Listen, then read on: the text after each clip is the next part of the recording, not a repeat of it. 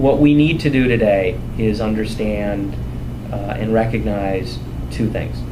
Number one, the banking sector is wounded, and the banking sector is not sufficiently capitalized today to replace all of the debt that's necessary to recapitalize all the commercial real estate out there.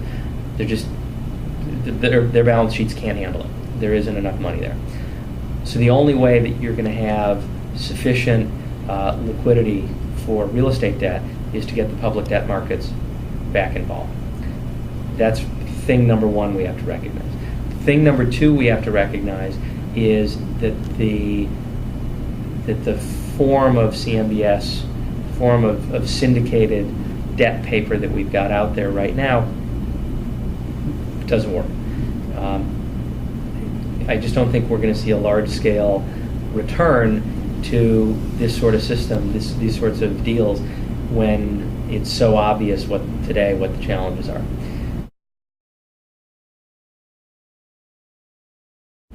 So I think what the opportunity today is for a group of interested professionals, lawyers, accountants, mortgage brokers, mortgage bankers, tax folks, people from the government, people from the IRS, people from the House and Senate Finance Committees, to come together and figure out what is the new CMBS market, or whatever alphabet soup we give it next time.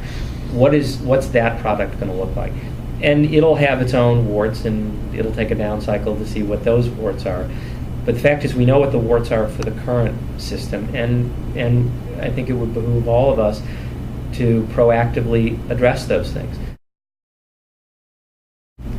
For example, under the Rudnick rules, which are the tax regime that govern how the CMBS deals can be set up.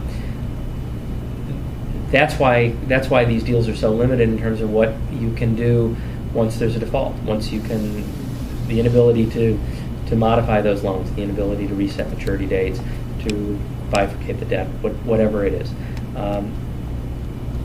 There's presumably a tax goal policy associated with why those rules are as they are, but that gets in the way, and maybe we can figure out a way to be true to whatever that policy goal is. And frankly, I don't know what the policy goal is, but presumably there is one.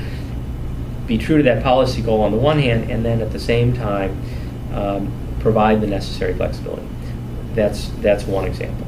Another example is to create an environment in which the servicers not only have the authority to do things, but aren't scared to death to do things.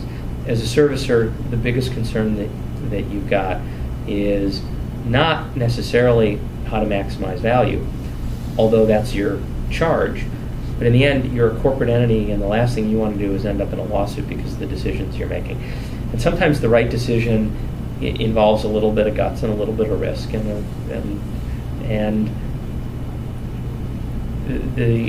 assuming that there's some reasonableness to what they're doing, the servicers ought to be able to make some decisions, to have some flexibility.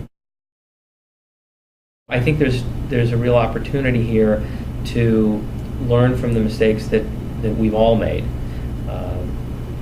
Shame on all of us for taking advantage of this great paper that turns out to have some real warts with it. But let's figure out what to do next and how to make it a better product. And the fact is, the sooner we do that, the sooner we're going to have an impact on opening up the debt markets. Because until there's something for the public debt markets to invest in, there's no way for that cash to make its way into real estate debt.